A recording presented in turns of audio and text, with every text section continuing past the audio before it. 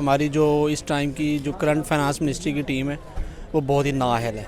ठीक है, ये सब चोर इकट्ठे हुए हैं। देखो, वालेकुम सलाम। क्या हाल है सर आपका? जी अल्लाह का शुक्र, आप कैसी हैं? मैं बिल्कुल ठीक ठाक। सर मेरा आज का सवाल ये है कि अगर हम बात करते हैं इस वक्त पाकिस्तान की, तो हमारे जो कह लें कि फाइनेंस मिनिस्टर हैं, उन्होंने कहा है कि पाकिस्तान के दिन इतने भी ख़राब नहीं आए हैं कि वो अपनी जो न्यूक्लियर वेपन्स हैं वो IMF को देकर अपना कर्जा उतारे। तो क्या कहना चाहते हैं कि अब पाकिस्तान किस तरह से अपना कर्जा उतारेगा, क्योंकि जो एसिड पाकिस्तान के अंदर मौजूद होता है वो किसी न किसी तरीके निकलता जा रहा है? बिस्मिल्लाहिर्रहमानिर्रहीम। देखें जी, सबसे पहले तो मैं ये कहना चाहूँगा कि हमारी जो इस टाइम की जो करंट फाइनेंस मिनिस्ट्री की टीम है वो बहुत ही नाअहल है। ठीक है, ये सब चोर इकट्ठे हुए हैं। अच्छा, उसके बाद जब हम बात करेंगे हम अपने मुल्क के कर्ज़े कैसे उतार सकते हैं, IMF के साथ हम डील करें तो भी हमने डिफ़ॉल्ट होना है, अगर ना करें तो भी हमने डिफ़ॉल्ट होना है। अच्छा, कर्ज़े उतारने के लिए हमारे पास बड़े ऑप्शन मौजूद हैं। सबसे पहले तो हमारे मुल्क में जो हमारे गोल्फ़ क्लब्स हैं वही अगर हम सेल कर लें तो आई थिंक सो कि हमारा जो 1/3 कर्ज़ा है वो उन्हीं में से उतर सकता है।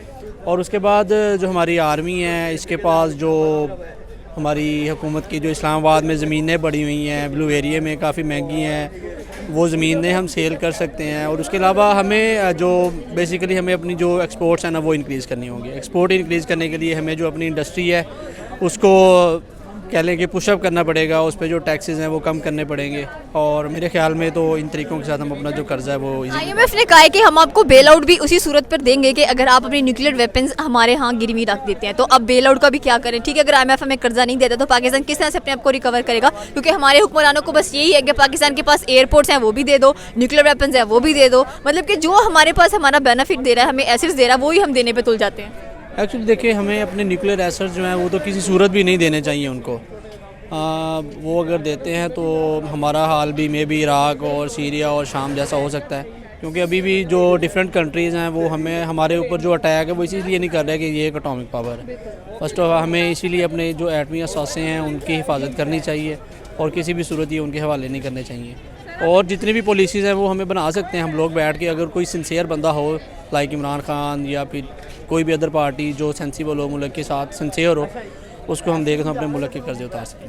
Thank you so much. अस्सलाम वालेकुम। वालेकुम अस्सलाम। क्या हाल है सर आपका? ठीक ठाक। सर मेरा सवाल ये है कि जब भी बात करते हैं हम IMF से कर्जा लेने की, तो वो कुछ ना कुछ शराइत रखता जा रहा है पाकिस्तान के लिए, ताकि पाकिस्तान वो शर्तें पूरी करे तब जाके वो उसे कर्जा देगा। लेकिन रिसेंटली अगर बात की जाए तो बेल आउट जो IMF ने पाकिस्तान को देनी है, सुनने में ये आ रहा है कि पाकिस्तान अपने जो न्यूक्लियर वेपन्स हैं वो गिरवी रखने जा रहा है। लेकिन हमारे जो फाइनेंस मिनिस्टर हैं उन्होंने कहा है कि किसी भी सूरत में हम अपने जो न्यूक्लियर वेपन्स हैं वो गिरवी नहीं रखेंगे और ना ही ऐसी कोई सूरत हाल सामने आ सकती है। तो क्या कहना चाहते हैं कि पाकिस्तान आए दिन कुछ ना कुछ, कभी मोटरवेज गिरवी रखने की बात हो रही है, कभी एयरपोर्ट्स, अब न्यूक्लियर वेपन्स, तो उसके अलावा भी रास्ते हैं कर्जा उतारने के?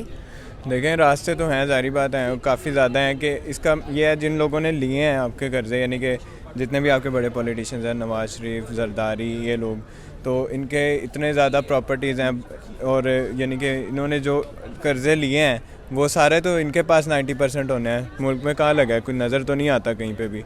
तो इनको चाहिए कि उनको इनके हवाले कर दें IMF के और उन्हें कहें कि इनसे ले लो इनकी सारी प्रॉपर्टी। वो अपनी प्रॉपर्टीज़ की बात नहीं करते हैं, वो हमेशा जो हमारी अपने मुल्क की ज़ाती प्रॉपर्टीज़ हैं, ज़ाती एसेंस हैं, उनकी बात कर देते हैं। कभी न्यूक्लियर वेपन, पाकिस्तान एक एटॉमिक पावर है, ये पूरी दुनिया के लिए एक रोब की बात है। साथ में हमारे अपने एयरपोर्ट्स हैं सबसे बड़े, कभी वो कहते हैं चले ये गिरवी रख के पाकिस्तान का कर्जा, भाई अपने आप को गिरवी रखो या अपनी चीज़ें गिरवी रखो, लेकिन उसकी तरफ कोई भी नहीं जा रहा। अगर IMF कर्जा नहीं देता तो जो पाकिस्तान है वो दूसरे रास्ते तलाश करना शुरू कर देता है। देखें, इसका यही एक वाहिद हल है, क्योंकि पाकिस्तान के पास अब कुछ नहीं रह गया, ना कुछ देने को, ना कुछ नहीं है।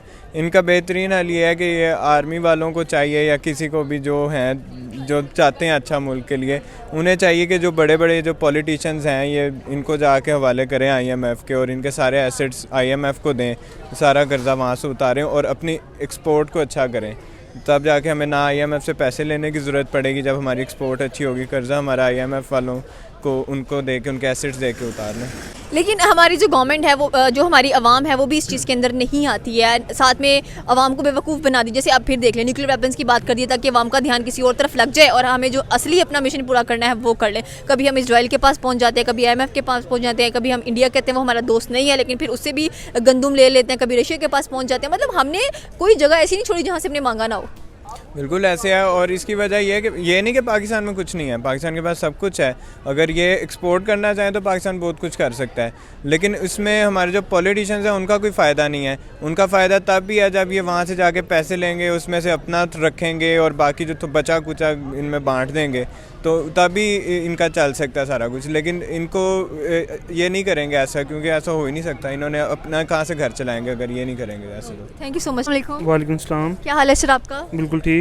सर मेरा सवाल ये कि IMF ने जो शराइत रखी थी पाकिस्तान के लिए कि वो ये पूरा करेंगे तो हम उन्हें बेल आउट देंगे, लेकिन अब वो शराइत पूरी कर नहीं पा रहे हैं। और एक और चीज़ सामने ये है कि वो कह रहे हैं कि अपनी जो न्यूक्लियर वेपन्स हैं, जो एटमी कह लें कि हथियार हैं, वो हमें दें, गिरवी रखिए हमारे पास, तब हम आपको बेल आउट देंगे। तो आपको क्या लगता है कि हमें दे देनी चाहिए? बिल्कुल नहीं देनी चाहिए। मैं तो ये भी, मुझे ज़्यादा इसका नॉलेज नहीं है, लेकिन मैंने ये भी सुना है कि रोड्स वगैरह, मोटरवे वगैरह, ये चीज़ें भी गिरवी रखी जा रही हैं। मतलब कि हर चीज़ पाकिस्तान के अंदर जो हमारे पॉलिटिशियंस हैं, कभी एयरपोर्ट गिरवी रख देते, कभी अपनी प्रॉपर्टीज़ में क्यों नहीं देते? बस वो अपनी हैं, ये आवाम की हैं। दूसरे की चीज़ पे तो दिल बेरहम होता है इंसान का।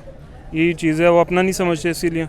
तो मतलब कि देखें, एक हम इकनॉमिक पावर हैं, इसकी वजह से पूरी दुनिया हमसे डरती है कि पाकिस्तान एक इकनॉमिक पावर है, हम पे कोई हमला। अगर ये भी चीज़ें हमारे जो कह, लेकिन हमारे जो फाइनेंस मिनिस्टर हैं उन्होंने कहा है कि हम किसी भी कीमत पे अपनी जो न्यूक्लियर वेपन्स है वो नहीं देंगे, चाहे कुछ और देना पड़ जाए। तो कुछ और में वो क्या देंगे? शराइत पूरी करें या गिरवी रखते जाएं हर एक चीज़? ये तो अब देखें, फंसा चुके हैं वो लोग बुरी तरीके से। अब इसका हल मेरे पास तो इसका कोई भी नहीं है, क्योंकि गिरवी रखना भी डेंजरस है। अगर पैसे ना दिए गए तो वो ज़ाहिर बात है उनका हो जाएगा, और न्यूक्लियर वेपन्स भी नहीं देने चाहिए। तो मेरे पास सॉरी इसका आंसर नहीं है, क्या करना चाहिए। तो मतलब कि देखिए, हमारे जो पॉलिटिशियंस हैं उनके पास अपनी कितनी कितनी प्रॉपर्टीज़ हैं। किसी ने UK में बनाई हुई है, किसी ने अमेरिका में बनाई हुई है, बेतहाशा पैसा है इनके पास। इतनी ज़्यादा ज़मीनें इन्होंने खरीदी हुई हैं, क्या वो नहीं दे सकते? नहीं, वो क्यों देंगे, वो तो उनकी अपनी है ना। क्यों आवाम के लिए देनी चाहिए उनको? उन्हें देनी चाहिए, पर देंगे कभी भी नहीं, कोई भी नहीं देगा। पाकिस्तान के लिए मैं कहता हूँ, यहाँ पे जो लोग सदका करते हैं, सदका खैरात करते हैं, वो भी अल्लाह की वजह से कर देते हैं कि शायद नहीं बल्कि यकीनन उसका तो रिटर्न मिलेगा। लेकिन पाकिस्तान के लिए कोई क्या करेगा? कुछ भी नहीं, क्योंकि फ़ायदा कोई नहीं है। मतलब कि डर सिर्फ खुदा का है, तभी वो सदका खैरियत करते हैं, अदरवाइज लेकिन इनको तो खुदा का भी डर नज़र नहीं आ रहा। वो तो बेशक नहीं है, और ये भी दिखावे के लिए करते हैं कि मतलब आटे के थैले वगैरह दे के, साथ पिक्चर्स बना के, वो बैनर वगैरह लगवा के, फ़ोटो बनवा के, ये सब तो हालांकि इस्लाम में तो ऐसे ना कि पता नहीं चलना चाहिए किसी को कुछ दे रहे हो तो। बस वो ऐसे ही है, बस दिखावे के लिए हर चीज़ ही दिखावा बनी हुई है। तो कोई मतलब कि हम फिर क्या करेंगे? या तो कर्जा छोड़ दें, या अपने मुल्क को खुद इंडिपेंडेंट होकर ठीक करें, या किसी और से कर्जा मांग लें? इसका सॉरी मेरे पास आंसर मतलब नहीं। कि इतना मुश्किल सवाल है कि हम ये भी नहीं सोच पा रहे कि हम क्या करें आगे। बस अपने ही सोच रहे हैं कि घर जाना है, क्या करना है, क्या नहीं करना। यही सोच, इसी सोच से जान नहीं छूटती। मुल्क के लिए क्या सोचना है, और हमारे सोचने से होना भी क्या है। बिल्कुल। थैंक यू सो मच रकम। अस्सलाम वालेकुम। वालेकुम सलाम। क्या हाल है सर आपका? जी फाइन। सर मेरा आज का सवाल ये है कि अगर हम बात करते हैं पाकिस्तान के साथ जो कह लें कि IMF की कुछ शराइत तय हुई हैं कि आप ये चीज़ें पूरी करेंगे तो हम आपको बेल आउट देंगे। अब सुनने में ये आया है कि बेल आउट को लेने के लिए हम अपने जो असासे हैं, न्यूक्लियर वेपन्स हैं, वो देने की बात कर रहे हैं। तो पाकिस्तान में और कोई असासे नहीं बचे हैं कि स्पेशली हम अपनी जो मेन चीज़ है, मेन पावर है, वो ही अगर दे देंगे तो फिर पाकिस्तान की सिक्योरिटी इशूज़ भी होंगे, और इसके अलावा और भी प्रॉब्लम्स क्रिएट हो सकती हैं। जी सबसे पहली बात तो ये है कि हम न्यूक्लियर पावर हैं, इस्लामिक पावर हैं, तो हम अपने न्यूक्लियर वेपन्स क्यों देंगे?